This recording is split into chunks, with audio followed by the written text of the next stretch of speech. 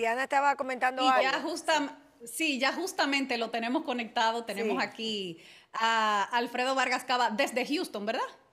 Así es, estoy ya hace una semana en Houston porque la primera vez de este mes estaba en Tampa visitando a un amigo. Ahora estoy en Houston, la semana que viene, no sé, espero todavía estar en Houston. No, no puedo con lo internacional que se ha vuelto este programa, señores, por favor.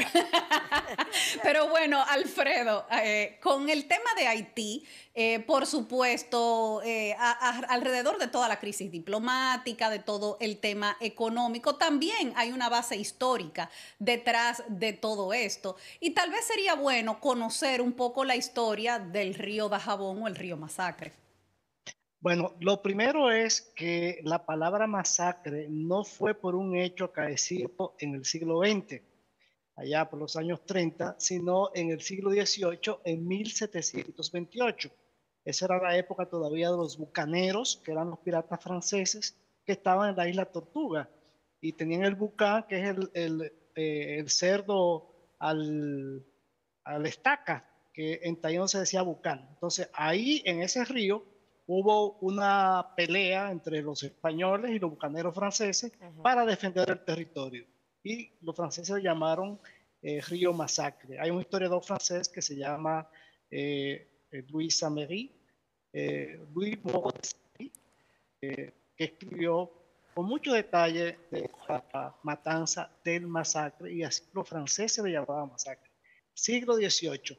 En cuanto a Dajabón, es un nombre taíno que viene de lo que los españoles transcribieron como Guatapán, y de ahí viene, se evoluciona a Dajabón.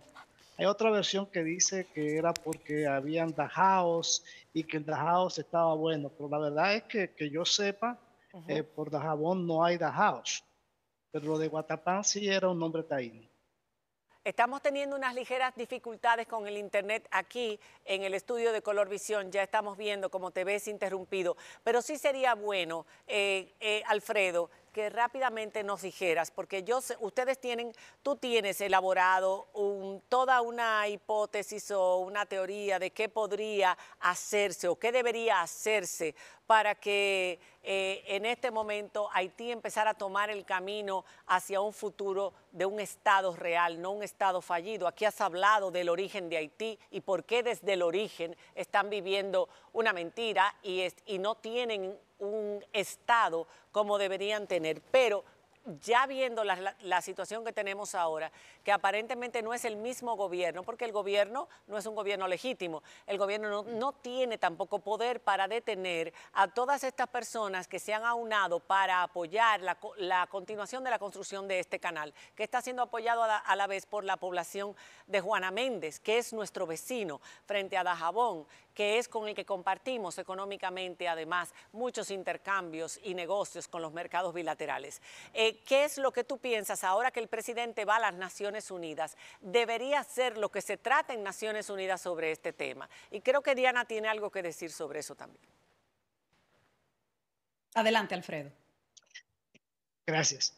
Bueno, precisamente lo que escuchamos de esa estudiante, de una narrativa que ya está bien definida, es lo que a mí me ha llevado hace más de veintitantos años a cambiar la narrativa, porque yo siempre digo que la historia nuestra está mal contada.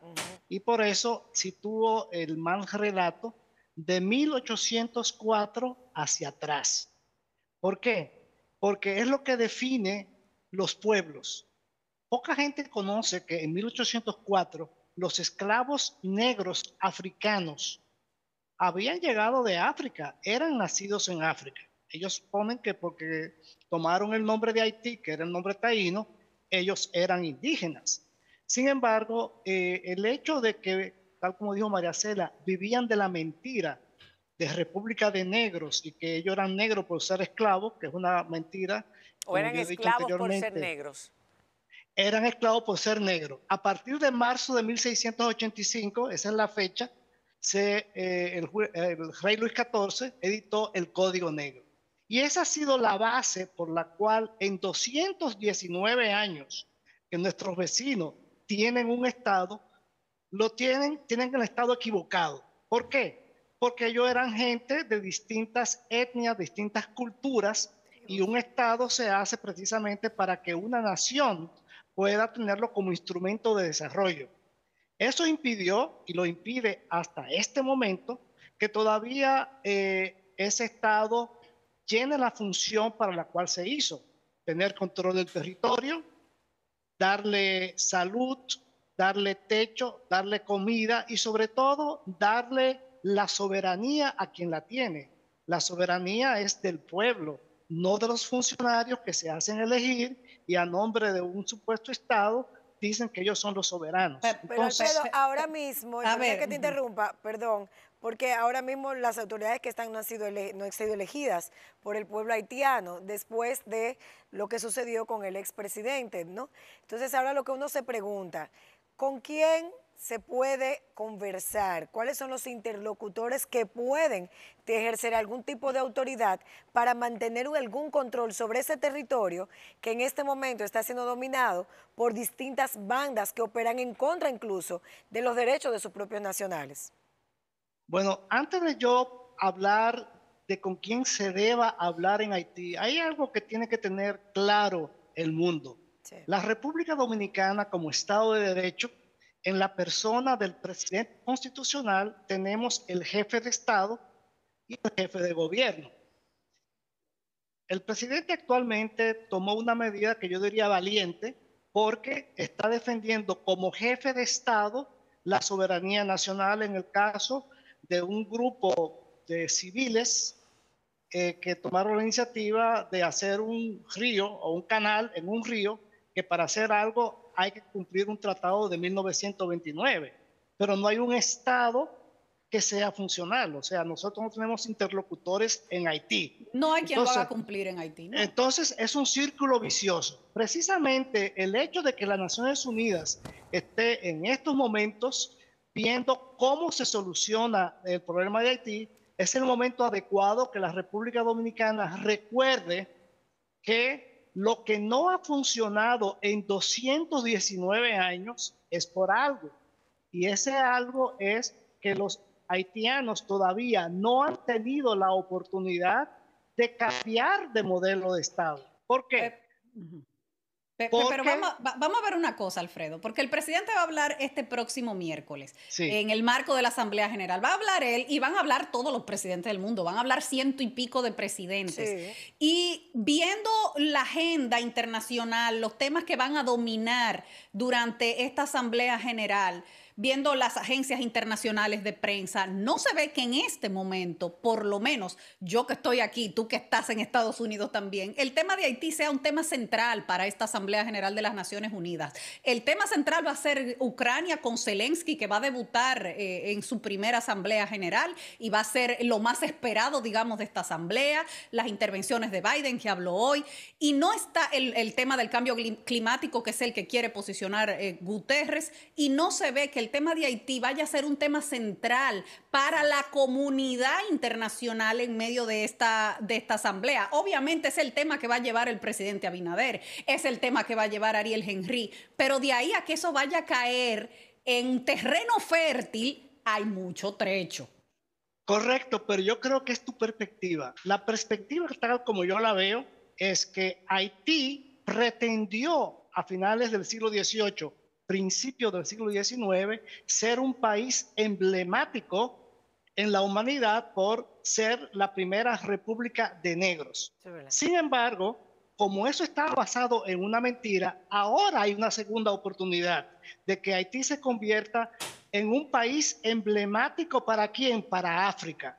Y si usted ve las noticias de los últimos meses, África es ahora el continente donde Francia está perdiendo influencia con varios golpes de Estado que ha habido en Níger, en las antiguas repúblicas centroafricanas, Mali, etc. Y luego hay presencia de los rusos y de los chinos para sustituir a ese colonialismo europeo que dominó el siglo XX.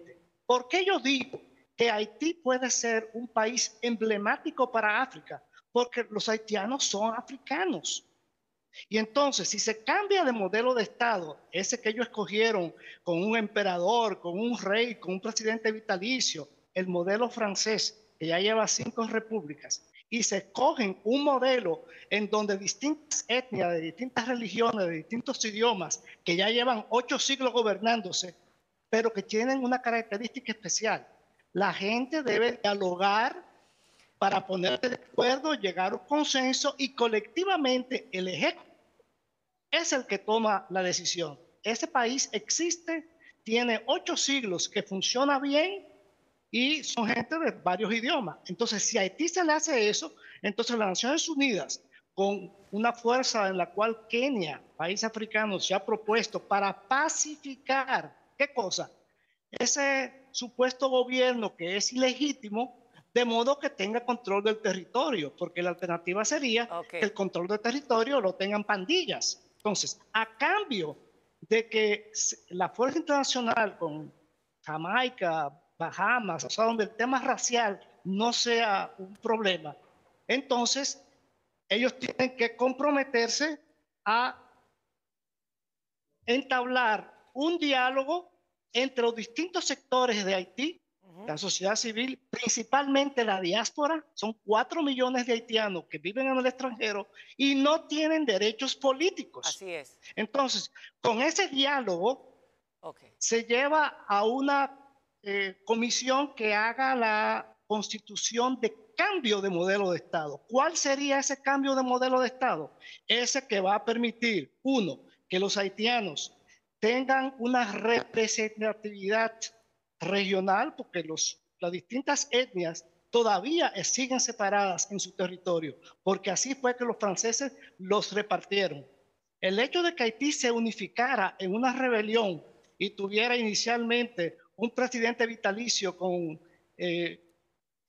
Pétion en el sur, o Dessalines en el norte, luego Christophe en el norte como rey, Dessalines como emperador, es lo que hace que ese país nunca ha tenido. Ahora, Alfredo, lo que yo estoy entendiendo es que eso que tú estás mencionando sería un gran proyecto a largo plazo, pero en el término inmediato de lo que está ocurriendo ahora con el canal, que el presidente ha dicho, no vamos a abrir la frontera hasta que no paralicen el canal. ¿Y quién lo paraliza? O sea, ¿de verdad tú crees que de ahí, de esa reunión de la Asamblea, vaya a salir una medida que ponga fin a esta crisis puntual? 20 segundos, Alfredo, se nos acabó el tiempo. No es de la Asamblea que va a venir. Es precisamente el hecho de que si al primer ministro Henry, con la cual yo he hablado también, y también a la gente de los países que están influyendo, le dicen, ok, vamos a mandar la fuerza pacificadora a condición de que se comience un diálogo para cambio de modelo de Estado. Se comience a hablar eso seriamente, y ya hay proyectos con la diáspora que tienen ya varios años funcionando, que yo he participado en Francia, sobre este tipo de cambio de modelo de Estado para que Haití sea un Estado funcional en el siglo XXI. Pero mientras tanto, República Dominicana está haciendo lo que debe y lo que puede y lo que debe hacer. Y al final las consecuencias serán peores para el país, pero tiene que mostrarse firme. En algún momento tenemos que hacerlo. Gracias, Alfredo, por haber participado en este segmento en María Cela, que siempre es tan instructivo. A ti, Diana, un beso grande en Canadá. Te vas a perder lo de Rafael Tomás Fernández Domínguez, nuestro soldado del pueblo,